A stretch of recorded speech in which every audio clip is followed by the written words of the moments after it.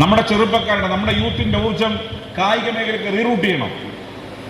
അങ്ങനെ റീറൂട്ട് ചെയ്യപ്പെട്ടാൽ ഒരു സാമൂഹിക വിരുദ്ധ പ്രവർത്തനത്തിന്റെ പിറകെ നമ്മുടെ തലമുറ പോവില്ല. അതുകൊണ്ട് പ്ലേ ഗ്രൗണ്ടുകൾ അനിവാര്യമാണ്. ഈ പേരാവൂർ മേഖല എന്ന് പറയുമ്പം വോളിബോളിന്റെ കേന്ദ്രമാണ്. ഇവിടെ അധ്യക്ഷൻ സൂചിപ്പിച്ചു, മുമ്പ് നല്ല കളിസ്ഥലങ്ങളുണ്ട്, വോളിബോൾ ഗ്രൗണ്ട് ഉണ്ടായിട്ട് ഇന്നില്ല. അപ്പോൾ അതിനെല്ലാം പരിഹാരമുണ്ടാക്കാനാണ് മാതൃകാപരമായ പ്രവർത്തനത്തിന് CP അനീഷ് മുൻകൈയെടുത്തത്. മാതൃകാപരമാണ്. കേളകം പഞ്ചായത്തിന്റെ സമ്പൂർണ്ണ കളിക്കളം എന്നത് മാതൃകാപരമായ പ്രവർത്തനമാണ്. കേരളത്തിലെ ഒരു പഞ്ചായത്തിനകത്തും ഇതുപോലുള്ള എല്ലാ വാർഡുകളിലും കളിക്കളങ്ങൾ ഉണ്ടാകില്ല. അത് കേളകത്ത് മാത്രമായിരിക്കും.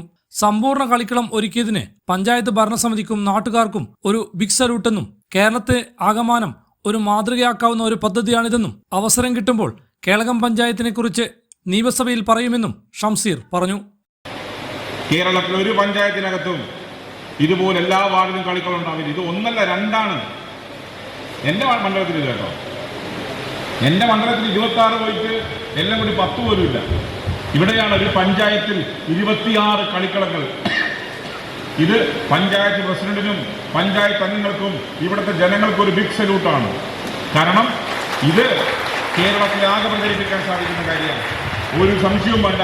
കേരള നിയമസഭയിൽ അവസരം ലഭിക്കുമ്പം നിങ്ങളെക്കുറിച്ച് ഞാൻ പറയും. കാരണം ഇത് കേരളത്തിനാകെ മാതൃകയാണ്. കേളകം പഞ്ചായത്തിലെ സമ്പൂർണ്ണ കളിക്കള പ്രഖ്യാപന ചടങ്ങ് ഉദ്ഘാടനം ചെയ്ത് സംസാരിക്കുകയായിരുന്നു സ്പീക്കർ. ഹൈവിഷൻ ന്യൂസ്, കേളകം.